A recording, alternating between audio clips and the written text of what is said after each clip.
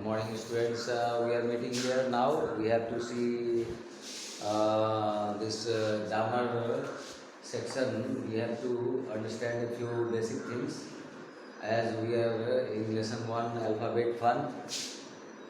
So far we have learned about this sentence that every sentence will begin with a capital letter. It will end with a full stop if the sentence is affirmative. But if it will end with a sign of interrogation or question mark if the question is interrogative, like exclamation mark is there if the sentence is exclamatory, or and every sentence contains or it is divided into two parts, that is subject and predicate. We have learned here day before yesterday this is how a sentence is divided into two parts. Subject word will be what? Subject word will be always a noun or a pronoun or a group of words which are used as a nouns, you can say. So and the predicate contains essentially its finite verb. Like if the subject is plural, then the verb will be plural. Like that we have to, if the subject is singular, the verb will be singular, like that. Up till now we have seen so far that the sentence is divided into two parts, subject and predicate. Now these kinds are coming up. This with kinds already explained you earlier in this previous class, that there are mainly four kinds of a sentence. These were explained to you earlier.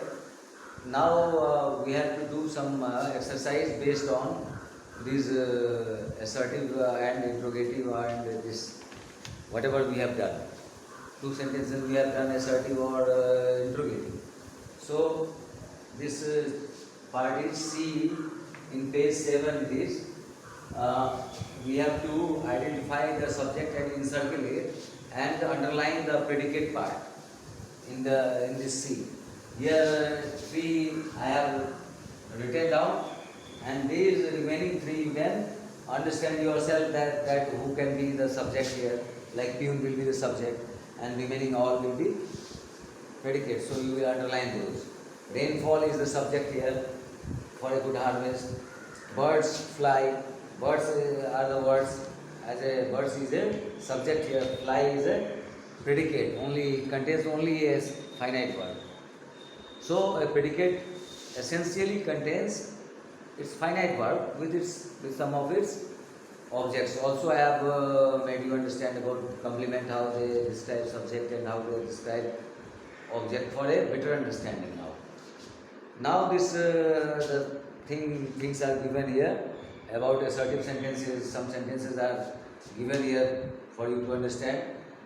A book is a man's friend, my name is yes, all are assertive sentences. Here you can see how a sentence, this colored part, we have been shown some types of examples of interrogative sentences and assertive sentences. Like here, where has Bhanu gone? It is an interrogative word. Like he is 13 years old. It is an assertive.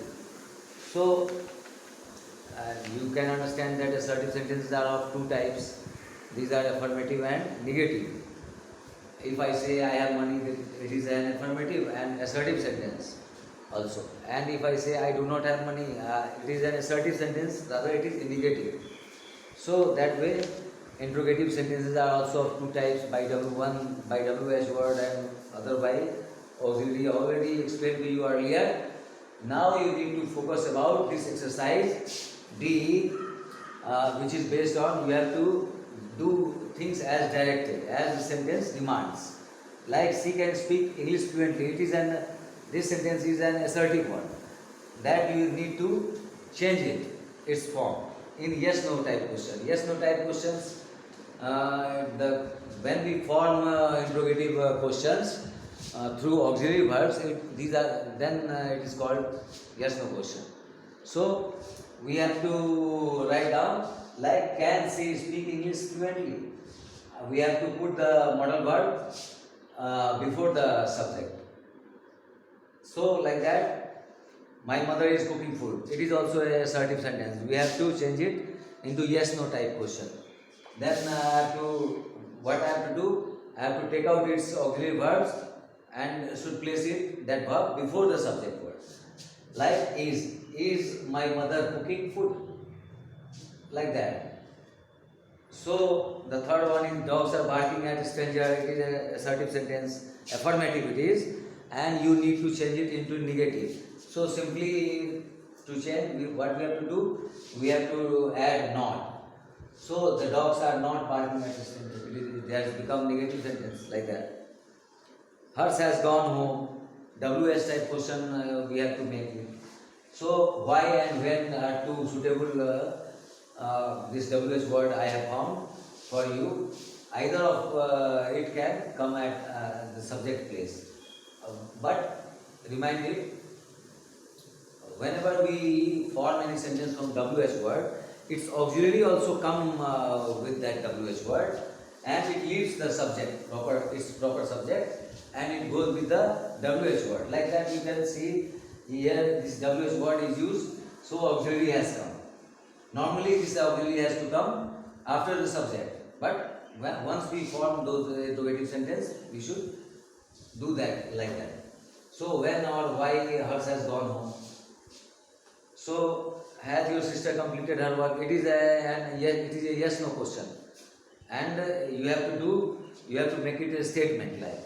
So your sister has completed her work, like it is. Lion is the king of jungle. Again, we have to make it a WH type question.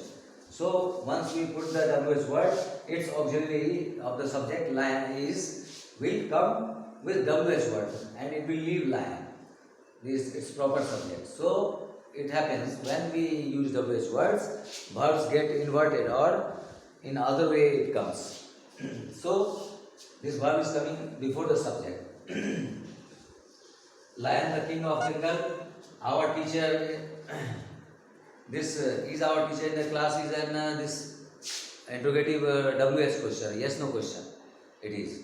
You have to make it in a statement. So you have to do what? Our teacher, you have to take subject in proper place and place the verb to make a sentence affirmative or statement. The boys are playing in the ground. It is an assertive one, affirmative one. We have to do it in negative. So we have to add not to make it negative. The boys are not playing in the ground. Like these things have been done for you all to understand. Now this turn has come for imperative sentences, and this exclamatory sentences I will be coming to you later on. After a while, you need to copy this properly in CW copies and check the diary. Okay, fine.